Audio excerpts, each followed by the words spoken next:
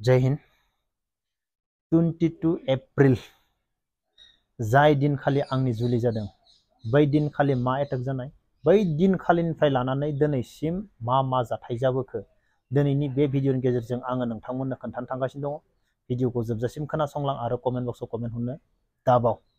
बेनिफ्राय दाखालि बावै जोंनि बर'निनो फिसा सासे सेंग्रा इन्डियान आर्मिनि सायाव ओरैबायदि गाज्रि मोनसे फेसबुकआव बियो कमेन्ट खालामदों, फेसबुकआव लिरदों। दिनै बियो सरि बिफैदों। फंबाय, नोंसोर दिनै बर' रावजों लिरनायखायसो बासायदों आरो जोंफोर अननायखायसो, नङाब्ला नोंसोर दिनै गुबुननि जिबनजों गुबुननि लाइफजों मालाबाबो बेफोरबायदि गेलेनाङा। गुबुननि जिबनखौ मालाबाबो कमेडि साननाङा।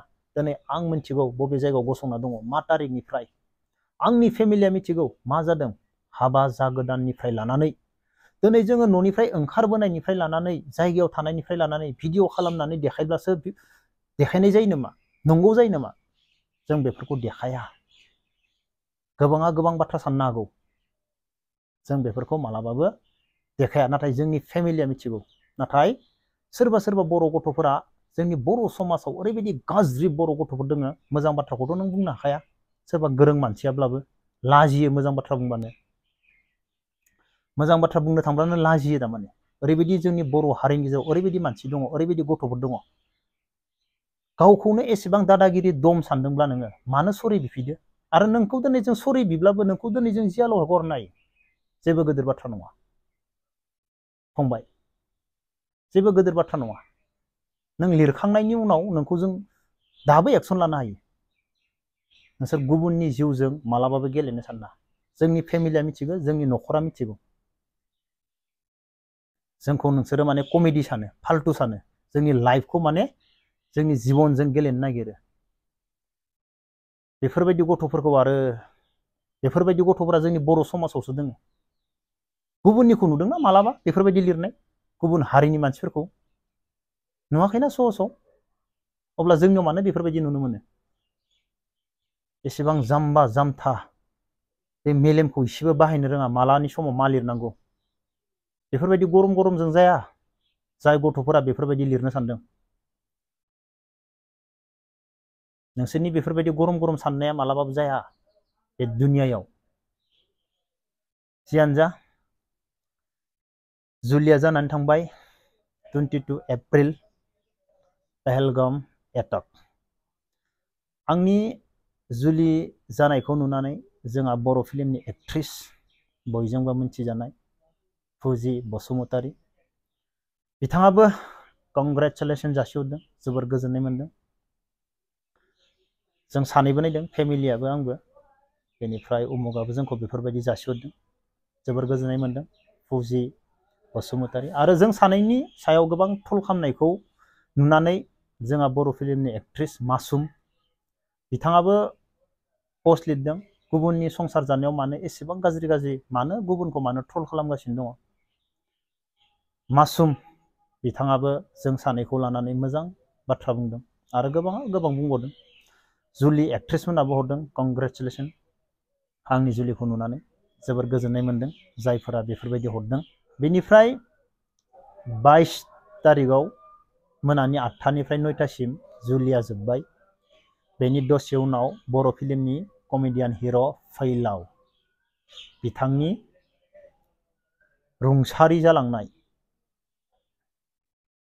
फेसबुकआव मिन्थिनो मोनलायबाय। 23 खालि दा आंनि हाबानि रिसेपसन। बेनिफ्राय ओरै फारसेथिं बिथां फैलावनि,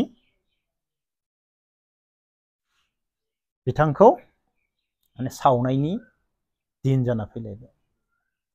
माने 22निफ्राय लानानै 23, बेनिफ्राय गेजेराव पहलगाम एटाकखौ लानानै गोबां दावराव, आंनि जुलिखौ लानानै गोबां दावराव, गोबां सरसा, बायदिसिना गाज्रि गाज्रि बाथ्रा। बेनिफ्राय 6 तारिखनि हराव बेखौ आंसो मिथिगौ, आं बबेयाव दङ आरो देशआव मा जादों, आं बोरै मोनफैनाय बेखौ आंसो मिथियो। बेनिफ्राय थायै थायै बे 6निफ्राय लानानै दिनैसिम बोथोरा जोबोर गाज्रि। आङो मोनसे सर्ट होदों जोंनि जायगायाव जालांनाय आरो गोबां दङ, नाथाय आं आरो जों बेफोरखौ होनो मोना, नाथाय गोबाङा बुजि मोना। होनो मोनिनि थाखायनो जोङो बेफोरखौ होआखै आरो नोंथांमोननो देखायाखै। गोबाङा गोबां बाथ्रा सानो, नोंलाय मानो गुबुना एसेबां दावरावनि जुद्धनि भिडिअ बानायो, नोंलाय मानो बानाया, नोंलाय मानो होनो हाया। जोङो पाब्लिकनो बेफोरखौ देखाया, जों मा मावदों मा मावाखै जों बेफोरखौ पाब्लिकनो देखाया आरो पाब्लिकनो देखायनांगौबो गोनांथि गैया। जायगायाव थाग्राया बेफोरखौ मालाबाबो देखाया। गोबां जाथाय जानानै थांबाय जिबनाव। जुलि जानाय लोगो लोगो बे मोनसे गोसोखांथि, मोनसे मेम'रि। 22 एप्रिल जुलि जानायनिफ्राय लानानै दिनैसिम मोनसे गोसोखांथि जानानै थाबाय। भगबाननि अननायाव जियानो जा दिनैनि दिनसिम मोजाङै दङ आरो फैनो गोनां समाव जों गावखौ मालाबा बुंनो हाया, मानसिनि जिबनखौ जों मालाबा बुंनो हाया।